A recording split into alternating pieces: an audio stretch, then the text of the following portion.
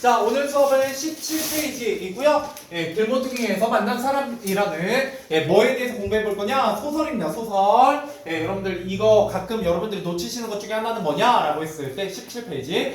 예, 얘가 수필 같아요. 마치 읽다 보면 근데 수필이 아니라 소설이다라는 거 좀 알고 계시면 좋겠고요. 예, 여기서는 주변에 만날 수 있는 평범한 이웃들에 대한 얘기를 할 겁니다. 예, 그 이웃들에서 어떤 삶에 대한 성찰 같은 걸 발견하게 될 거예요. 예, 그래서 뭐 그 얘기는 좀 이따 뒤에서도 나오니까 이어서 해보도록 하고요. 예, 특징은 서술자 나의 관찰과 묘사로 인물의 성격과 특성을 드러내고 있다. 예, 그러니까 이거는 1인칭 관찰자 시점이고요. 관찰자 시점. 예, 그러니까 주인공이 아니에요. 예, 여기서 주인공은 다른 분들이거든요. 이 평범한 이웃들, 우리가 뭔가 이 사람을 통해서 성찰할 수 있는 점을 가지고 있는 이웃들을 관찰하고 있고요. 예, 그 인물들의 어떤 성격과 특성은 뭘 통해서 여러 가지 관찰과 묘사를 통해서 드러나고 있다. 그래서 이 소설에서는 여러분들이 뭐를 살펴보셔야 되느냐라고 얘기하면 관찰과 묘사 부분을 좀 제대로 살펴보셔야 합니다. 자, 그 다음에 두 번째, 이웃을 바라보는 서술자의 따뜻한 시선, 긍정적인 시선이 드러나고 있고요. 세 번째, 등장인물 사이에 뚜렷한 갈등이 나타나지 않는다. 중요해요. 우리 근데 이거 비슷한 말 어디서도 본 적이 있었냐면 소나기에서도 본 적이 있어요. 갈등이 없다. 소설인데 또 갈등이 없기 때문에 여러분 읽으시면서 이거 소설이 아니라 그냥 진짜 우리 주변에 어떤 이런 사람이 있지 않았을까? 라고 하면서 수필로 착각하시는 부분이 발생한다고요. 근데 소설이다라는 거 꼭 기억해 두시고요. 자, 여기에는 평범한 이웃들이 등장하게 되는데 일단 먼저 두 명의 예술가로 소개되는 김밥 아줌마와 빡떡모자 아저씨가 있습니다. 김밥 아줌마는 뭐 좀 이따 읽으시면서 아시겠지만 경제적 이익보다 김밥 만들기 자체에 몰두하는 어떤 김밥을 만드는 진심인 그런 분이고요. 빡떡모자 아저씨는 자신이 파는 물건을 파는 상인인데, 과일 상인인데, 굉장히 뭐고 있다? 예술가적 고집을 가지고 있다. 그래서 이런 사람들을 통해서 어떤 우리의 심미적 성찰 같은 걸 해보자라는 게 이 단원의 핵심 내용이 되겠습니다. 자, 그 다음에 두 번째, 이분 관련된 얘기가 제일 많이 나와요. 이 소설의 주인공이라고 할 수 있는 김대옥입니다. 아, 여러분 예능 안 보죠? 봤었어요. 그죠? 요새는 10대들은 거의 TV 예능은 안 보시기 때문에. 요새 나 혼자 산다. 그 MBC 아나운서 김대우 씨가 나와요. 그래갖고 갑자기 떠올랐네. 근데 이제 그분이 굉장히 나중에 한번 궁금하시면 유튜브에서 엑기스만 한번 찾아보시면 거의 기안84 2입니다. 굉장히 특이한 삶을 살고 있어요. 얼마 전에 뭐 이집트도 갔다 왔던데, 그런 여행을 갔다 오는 게 되게 부럽더라고요. 여러분들 내년에 갑자기 하니까 생각나는데 내년에 그 설날하고 추석이, 그러니까 이번에 돌아오는 설날 말고요. 뭐지? 25년도 설날하고 추석이 정말 좋아요. 설날은 월요일하고 금요일만 쉬면 7, 8, 9, 8박 9일 나와요. 8박 9일, 8박 9일. 근데 여러분 어차피 겨울이니까 방학이잖아요? 그죠? 부모님께 잘 말씀드려가지고 미리 돈을 좀 잘 모아 놓으시면 그죠? 여러분들도 같이 가족여행을 8박 9일을 해외로 갈 수 있지 않을까요? 그 다음에 두 번째는 추석인데 추석도 하루인가 이틀 빼면 8박 9일 6박 7일인가 나와요. 그래갖고 이번에 설날하고 추석은 되게 좋습니다. 근데 그거 고딩인데. 네? 요즘은 저는 추석은 못 가요. 길어도. 왜냐면 시험 기간이거든요. 항상 그 중간고사예요. 2학기 중간고사이기 때문에 못 가고 설날은 어떻게든 한번 가보려고 지금 마음 먹고 있습니다. 이틀 휴가 쓰고 그죠? 그때 딱 하고 방학하면 좋겠네. 그니까요. 어차피 월요일 금요일이거든요. 평일이 수업이 될까? 안 되지 않을까? 휴가 쓰고 유럽 여행을 가려고 지금 마음 먹고 있는데 어떻게 될지 모르겠어요. 자, 아무튼 넘어가 봅시다. 어차피 또 곧 있으면은 여러분들 3일씩 쉬잖아요. 어차피 주말이긴 하지만 다행히 크리스마스하고 1월 1일 신정이 다 월요일이기 때문에 작년하고 다르게. 예, 작년에 다 토요일인가 일요일이어가지고 한 번도 못 쉬었거든.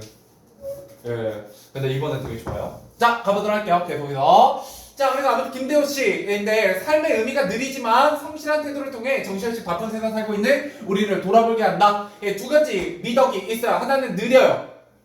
예, 요새는 느림이 미학이기도 하죠. 예, 요새는 하도 바쁘게 살아가는 사람들이 많기 때문에. 예, 그 다음에 두 번째, 느리지만 뭐하냐? 굉장히 성실하고 꼼꼼합니다. 예, 그래서 이 글쓴이는 어떤 정신없이 바쁜 세상을 좋게 본다, 나쁘게 본다? 별로 안 좋게 봐요. 오히려 약간 김대호 씨 같이 예, 느리고 어떤 성실하게 사는 삶이 우리에게도 필요하다라고 얘기하는 예, 주제의 소설이 됩니다. 자, 그래서 이웃들은 나한테도 예, 평범한 이웃들의 삶에서 아름다움을 발견하고 예, 신비적이니까 예, 아름다움을 발견하고 그들에게 긍정적, 예찬적, 우호적 태도를 보인다. 이때 예찬이라는 뜻만 좀 알고 계시면 좋겠네요. 예찬이 뭐예요? 예, 칭찬이라고 보시면 돼요. 예, 굉장히 높여 칭찬함 뭐 이런 뜻이 되겠습니다. 자, 오늘은 쭉 읽을 거예요. 왜냐하면 여기 밑줄 찍고 쓸 것도 거의 없습니다. 왜요? 내용이 어렵지 않아요. 예, 별게 없거든요. 예, 그래서 그냥 쭉 가볼게요. 자, 첫 번째 가문단입니다. 우리 동네 예술가 두 사람. 당연히 누구에 대한 얘기냐? 김밥 아줌마, 빵떡모자 아저씨예요.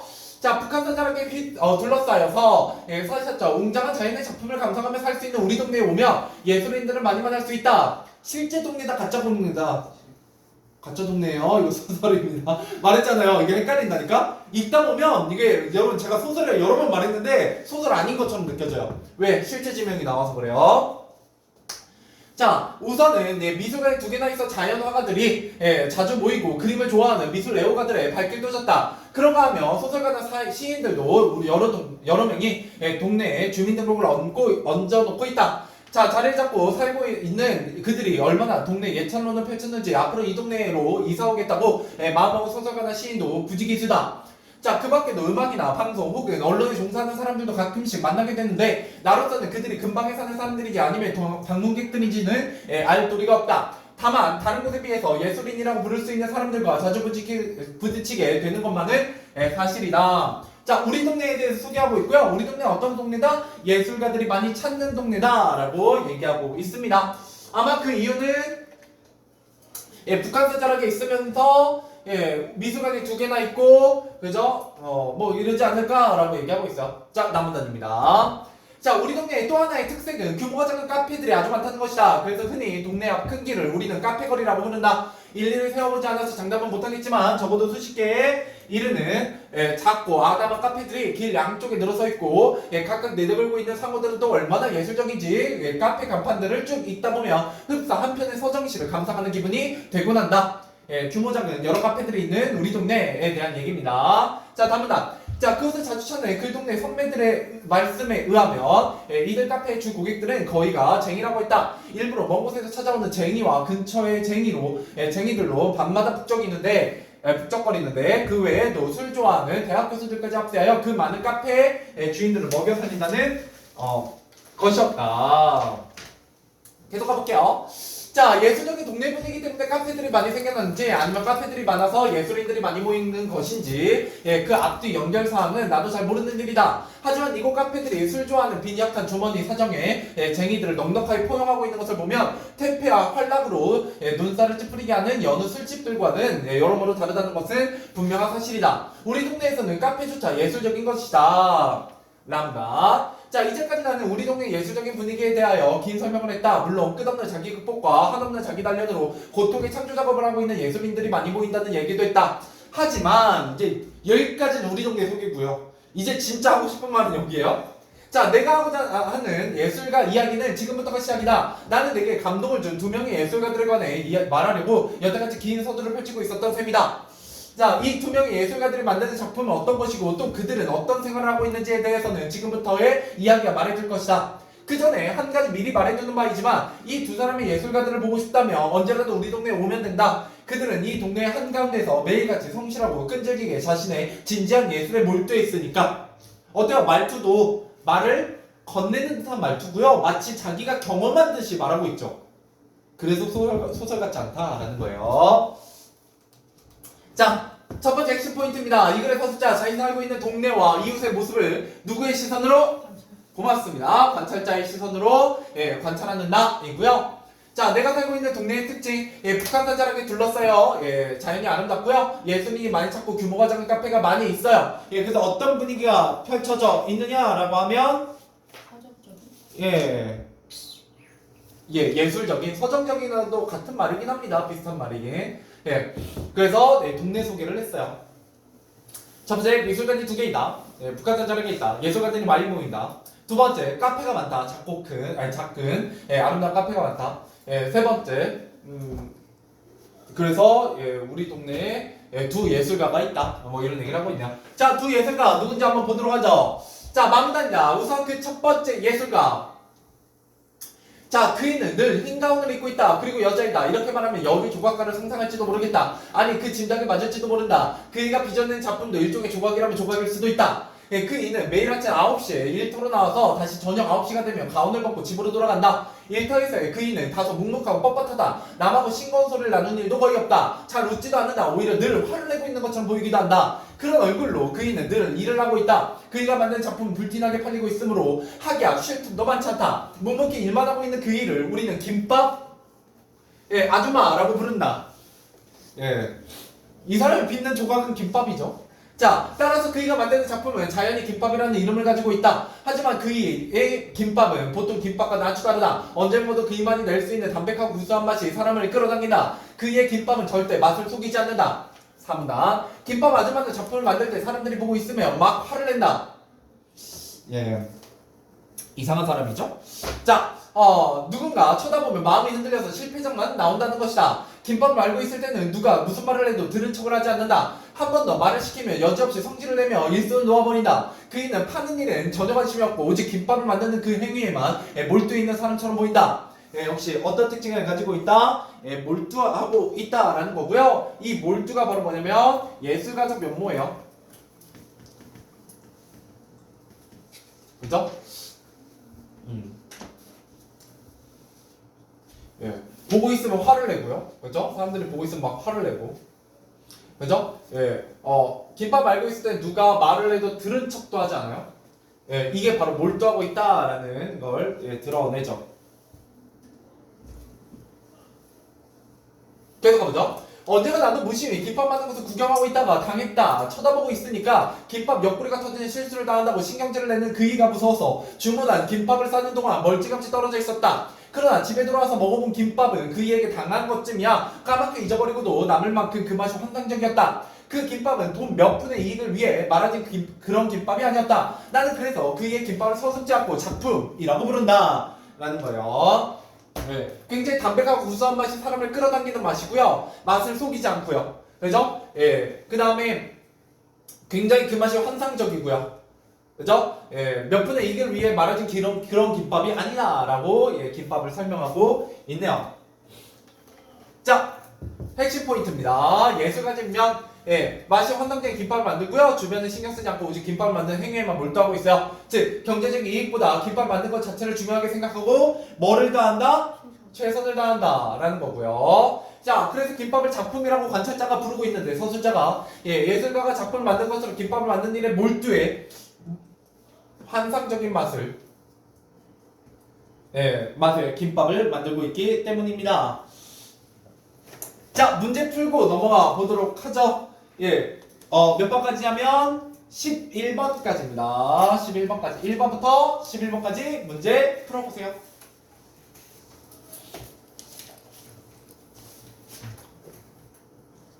이렇게 한 번 더 읽고 끊어서 문제 풀면 끝날 것 같아요, 오늘. 잘 들었니? 얼른 갖다 줄게요.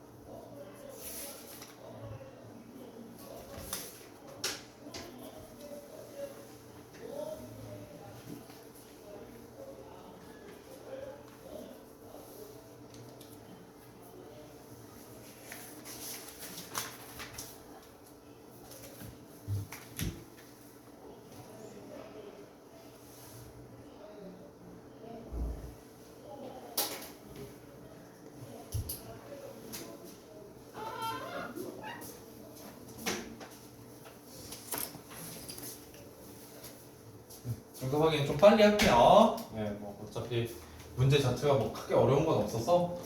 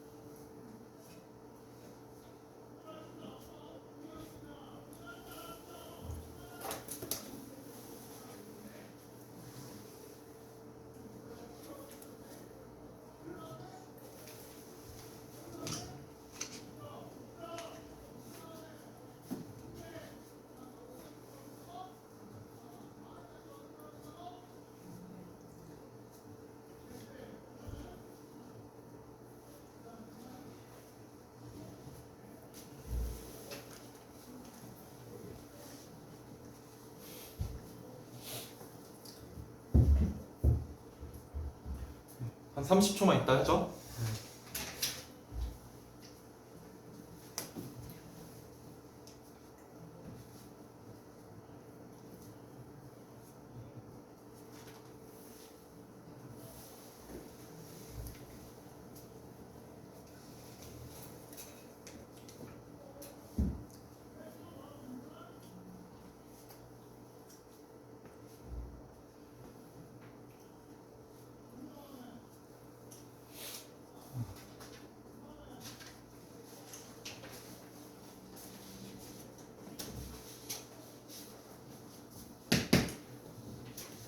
자, 1번부터 가보도록 하겠습니다. 1번으로 돌아와 보시죠. 네, 1번. 자, 이 글을 통해 알 수 있는 우리 동네의 특징으로 알맞지 않은 거 몇 번이요? 5번. 네, 5번. 언론인들의 방문이 잦은 건 아니고 예술가들의 방문이 잦은 곳이죠. 예, 그래서 정답은 5번이 되겠고요. 자, 2번 보기를 정말 이 글의 제목에 의미를 쓰시오. 예, 이게 조금 저기 하긴 한데 길모퉁이에서 만난 사람이라는 건 뭐냐? 예, 길이 구부러져 있거나 꺾여 들어가는 자리라는 뜻으로 예, 우리 주변에 어떤 이웃들? 특이한 이웃들, 평범한 이웃들, 예, 평범한 이웃들을 의미한다. 이웃을 의미한다. 예, 이렇게 보시면 되겠어요. 길모퉁이라는 건 예, 우리 주변에 흔한 곳이라고 보시면 됩니다. 자, 3번. 이 글의 서술자에 대한 설명을 알맞지 않은 것을 자, 이야기 밖에 있나요? 아니죠. 이야기 안에 있죠. 1인칭 주인공 시점이라고 했어요. 예, 관찰자 시점. 미안해요. 예, 나가 등장하고 있기 때문에 이야기 안에 있습니다. 그죠? 관찰하고 있고 따뜻한 시선으로 바라보고 있고 예, 애정을 느끼며 예, 동네에 대해서 자세하게 묘사하고 있어요.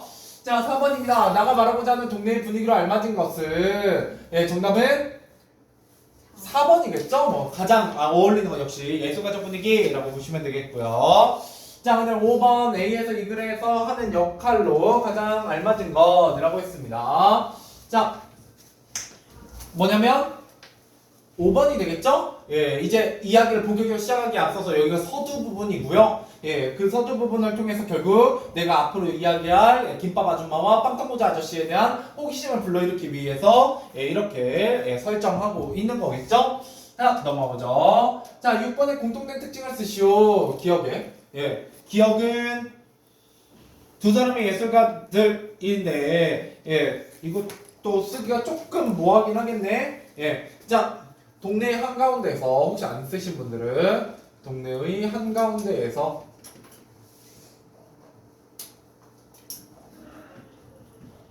예, 매일같이 성실하고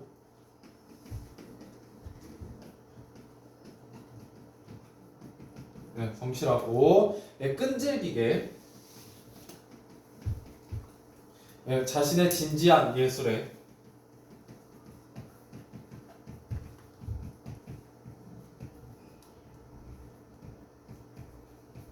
몰두해 있다.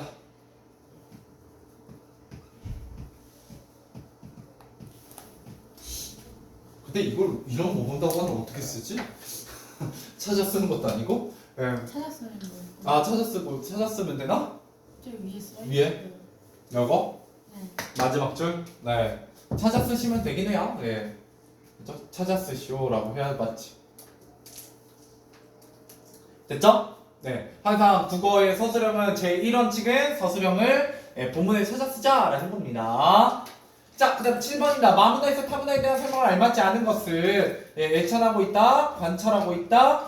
갈등과 해결 과정은 당연히 없죠? 정답은 3번이 되겠습니다. 자, 넘어보도록 하죠. 8번. 김밥 아줌마가 만든 김밥의 특징으로 알맞지 않은 것은 자, 환상적인 맛. 먹을 때마다 새로운 맛이 느껴진다고 얘기하지는 않았어요. 그래서 담백한 구수한 맛, 보통의 김밥과는 다른 환상적인 맛, 판매 수익을 위해 말아진 것이 아닌 것입니다. 자, 9번. 이 글에 나타난 김밥 아줌마의 예술적인 면모를 알맞지 않은 것. 최선을 다한다. 환상적인 맛이다. 몰두해 있다. 경제적 이익보다 김밥 만드는 걸 중요시한다. 최고의 재료를 쓴다라는 얘기는 나와있지 않았어요. 네.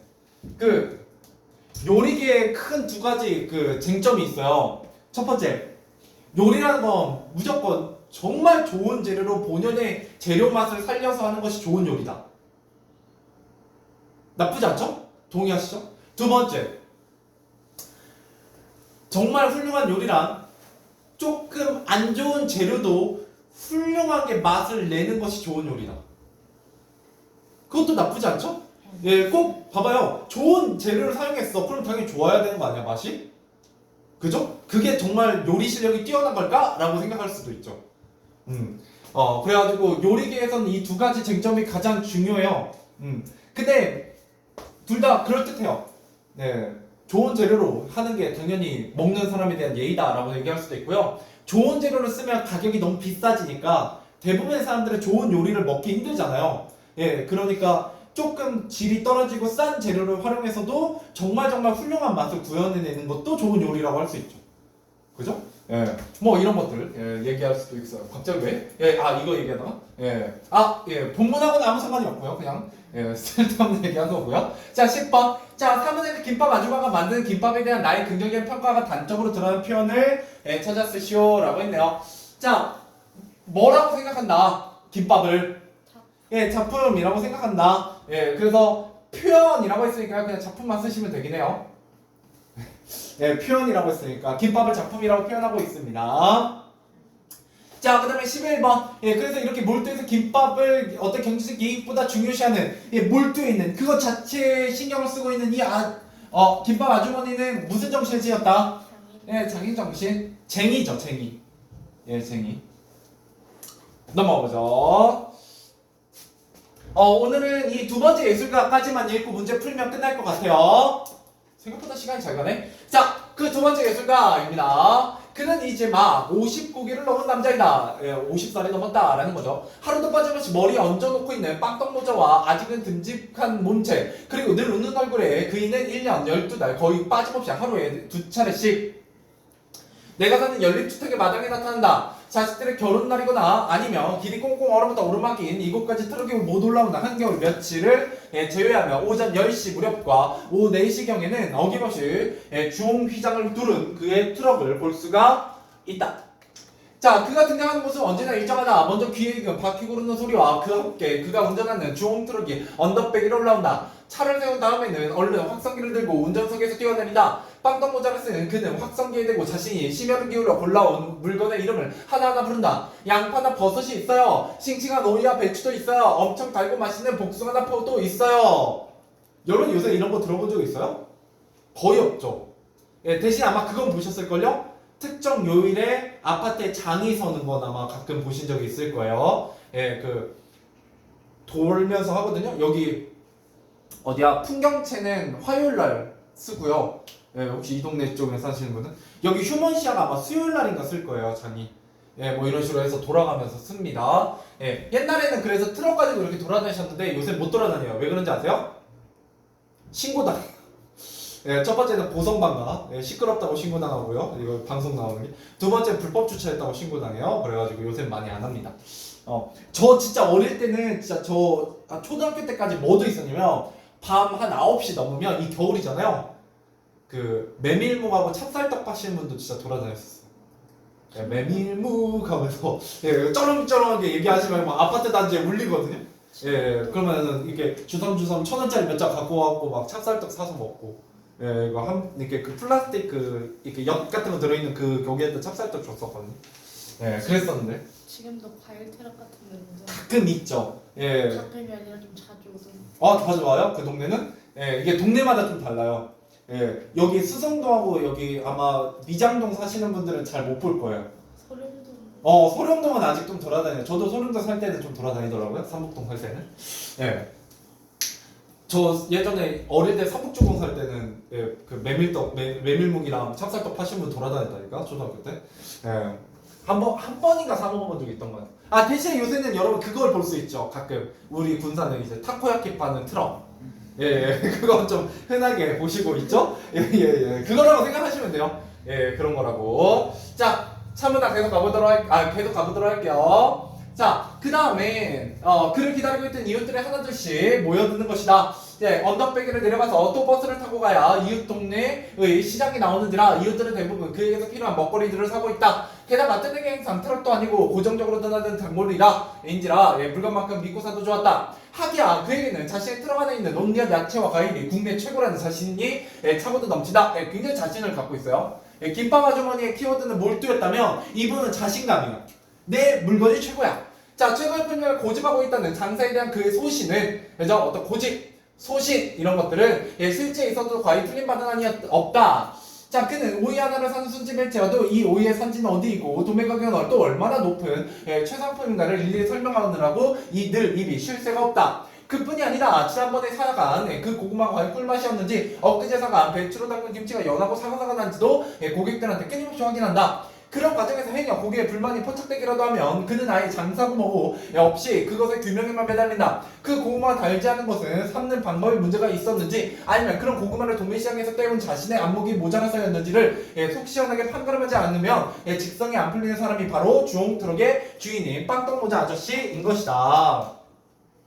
그는 자신이 파는 물건이 최고라는 소리를 듣기 위해서 트럭 행상을 하는 사람처럼 보인다. 손님 없을 때는 늘 자신의 물건 정리하고 다듬는 일에 몰두해 있는 사람이고 호박 한 개를 집을 때에도 두 손으로 조심조심 그것을 받들어 올린다. 그는 자기가 팔고 있는 쑥갓이나 양파에 대해 이야기하기를 좋아한다. 나는 그가 다른 화제를 입 밖에 올리는 것을 본 적이 없다. 그는 언제나 마늘이나 포도, 쪽파나 무에 대해서 이야기한다. 그것들이 왜 좋은 물건인지에 대해서만 이야기한다. 가령 이런 식이다. 이 마늘 보세요. 어느 한가운데도 흠이 없잖아요. 이렇게 불그스름하고 중간짜리가 상품이죠. 그리고 이 반듯반듯하게 패인 귤을 보세요. 이런 것은 찌개면 어김없이 짜게면 어김없이 8쪽이죠. 자, 이보다 더 좋은 마늘을 파는 사람이 있으면 어디 나와보라고 하세요. 정말이에요. 그런 사람이 나 말고 또 있다면 만약 그렇다면 나 그날 이 장사 집어치울 거예요. 아니 정말 그렇게 한다니까요. 내가 보기에는 만약 그런 사람이 나타나면 장사를 집어치우는 것으로 끝낼 그가 결코 아니다. 아마 그 이상의 불행한 일이 일어날지도 모른다. 세상에서 예술가들만큼 자존심이 센 사람은 없으니까 결국 뭘로 이어지고 있다? 이 사람의 자존심에 대한 얘기를 하고 있죠. 내 물건이 최고다. 그리고 최고의 가치만을 추구하는 주홍트럭의 그는 분명 예술가임이 틀림없다. 자, 이 빵떡모자 아저씨가 예술가인 이유입니다. 최고의 품질만을 고집하고요. 자신보다 좋은 물건을 파는 사람이 있으면 장사를 그만두겠다고 말할 만큼 자신감이 넘쳐요. 자신의 작품에 뭐가 있고요. 자부심이 있고요. 그죠? 예술가적인 고집과 자존심이 있어요. 그죠? 그러면서 최고의 가치만을 추구하는 면이 바로 뭐이다? 예술가적 면모다 라고 얘기하고 있습니다. 됐죠? 자, 18번까지만 풀고 마무리해보도록 하죠. 12번에서 18번입니다. 12번은 앞에 페이지에 있어요. 그것만 풀고 오늘 마무리하죠.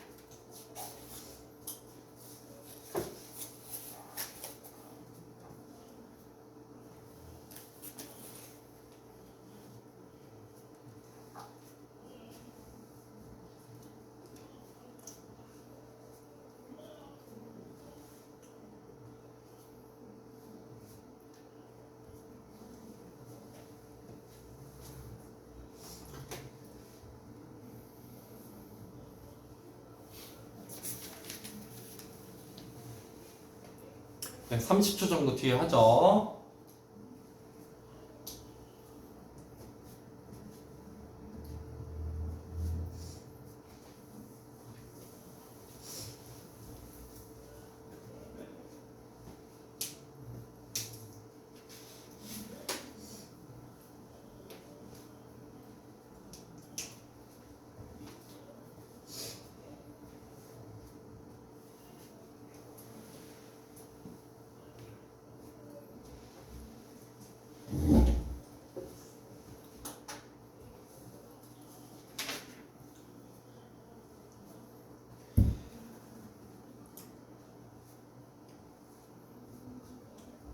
자, 가보도록 하겠습니다. 12번부터요. 자, 12번. 예, 이어진 내용을 할 때 기억에 해당하는 인물이 누군지 쓰시오. 당연히 누구예요? 빵떡모자 아저씨겠죠? 예, 빵떡모자 아저씨. 예, 이구요? 맞겠지? 예, 트럭과 야채에서 과일을 파는 아저씨라고 쓰셔도 상관없어요. 예, 아무튼 빵떡모자 아저씨를 얘기하는 거고요. 자, 그 다음에 두 번째. 예, 13번. 이 글의 내용과 일치하지 않는 것은 예, 몇 방이에요? 빵떡모자 아저씨 트럭에서 야채와 과일을 팔고요. 일정한 시간 동네를 방문하고 아저씨의 물건을 믿고 사고요. 과묵해요? 아니죠. 본인 물건에 대해서 자랑하고 떠드는 걸 굉장히 좋아하는 분이었죠. 정답은 4번이 되겠네요. 자, 14번. 자, 빵떡모자 아저씨에 대한 설명을 알맞지 않은 것은 굉장히 고집 있고요. 성실하죠. 자신이 좋은 물건을 판다는 확신도 있고요. 언제든지 장사를 그만둘 거예요? 아니죠. 그래서 정답은 4번이요. 그러니까 자기보다 더 뛰어난 사람이 나오면 그만두겠다 뭐 이런 얘기지. 자, 15번. 기억의 이유로 알맞지 않은 것은 이렇게 얘기하고 있는 거 뭐다? 굉장히 애정이 있고 품질에 자신도 있고 지식도 풍부하고 손수 농사 지은 건 아니죠. 도매로 사온 거예요. 자, 그러면 16. 그래 정답 4번이고요. 16번. 카메라 통해 알 수 있는 빵떡모자 아저씨의 성격을 쓰시오 라고 했네요. 그 성격은 자신이 파는 물건에